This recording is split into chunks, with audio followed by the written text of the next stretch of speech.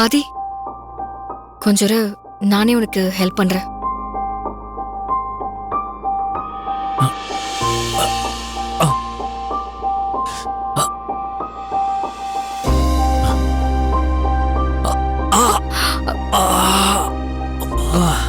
சரி ஆதி, உன்னோட கைவலி குறையாம கண்டிப்பா Dress போட முடியாது.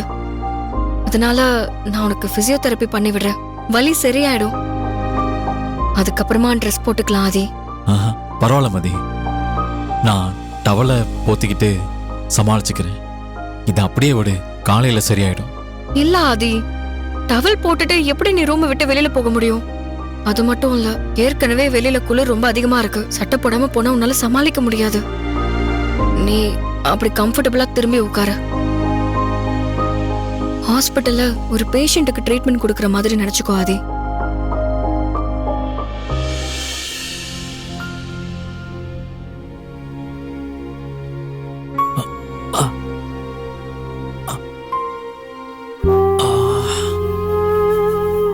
திரும்பி உட்காரு.